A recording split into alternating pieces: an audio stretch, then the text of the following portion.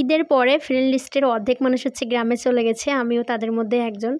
আমিও হচ্ছে গ্রামে গেছিলাম। তো গ্রামে গিয়ে কিন্তু অনেক ঘোরাঘুরি, আর সেই ঘোরাঘুরির মাঝখান দিয়ে কিন্তু ভিডিও করাটা একদম প্যারা হয়ে যায়। তার মাঝে মাঝে মানে একটুখানি করে ক্লিপ নিয়ে রাখছি, আপনাদের সাথে শেয়ার করব।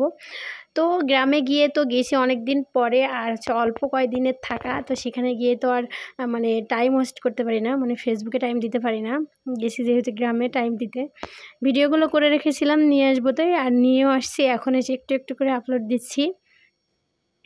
তো আমরা সেদিন গেছিলাম আমার এক বোনের বাসায় বেড়াতে। আসলে মেয়েদের বিয়ে হয়ে গেলে কিন্তু বনে বনে দেখা হয় খুব কম। তো আমার আপু ঢাকা থেকে আসার পরে আপুই আর কি ডিসিশন নিছে যে আমার আরেক বোনের বাসায় বেড়াতে যাব।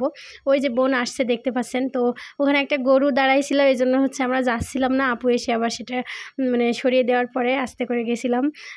তো আমরা কিন্তু অনেকেই গেছিলাম। আর মানে আপুদের এই বাসাটা বিলের একবারে এপাশে।